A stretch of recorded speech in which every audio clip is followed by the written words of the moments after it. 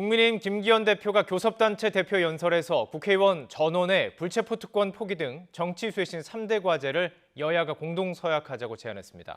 더불어민주당 이재명 대표와 지난 문재인 정권을 향해서는 거침없는 비판을 쏟아냈는데 민주당은 국정을 책임지는 여당 대표가 오로지 남 탓만 하고 있다고 혹평했습니다. 조성호 기자의 보도입니다. 지난 3월 취임 이후 첫 교섭단체 대표 연설에 나선 국민의힘 김기현 대표는 국회의원 30명 감축, 무노동 무임금과 함께 불체포 특권 포기를 3대 정치 쇄신 과제로 제안했습니다.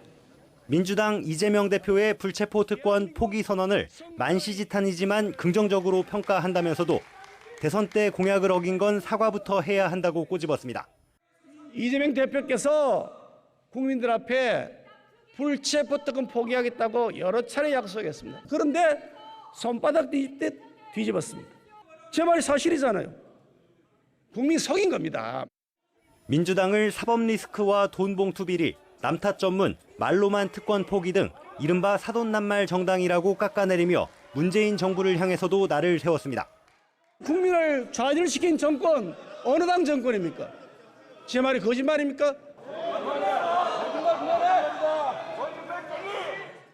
제1야당을 향한 집권여당 대표의 거센 비판에 민주당 의원들은 야유를 쏟아냈지만 김 대표는 공세 수위를 더 높였습니다.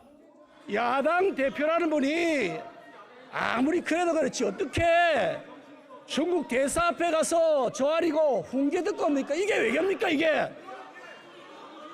굴종적인 사회주의자! 특히 오염수 문제 등 정부의 대일 정책을 문제 삼는 민주당을 겨냥해 윤석열 대통령의 한일 관계 정상화 노력은 국가 앞날을 생각한 고독한 결단이라고 정부를 엄호했습니다. 상호주의를 바탕으로 한중 관계도 새롭게 세워야 한다며 국내 거주 중국인 투표권과 외국인 건강보험 적용을 손보겠다는 뜻도 밝혔습니다.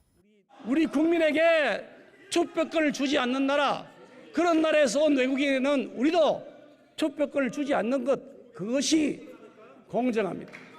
건보 먹튀, 건보 무임승차 맞겠습니다. 김 대표 연설에 민주당은 야당에 대한 협치 의지나 국민에 대한 공감, 국정에 대한 책임은 없었고 여당 대표의 품격도 찾아볼 수 없었다고 평가절하했습니다.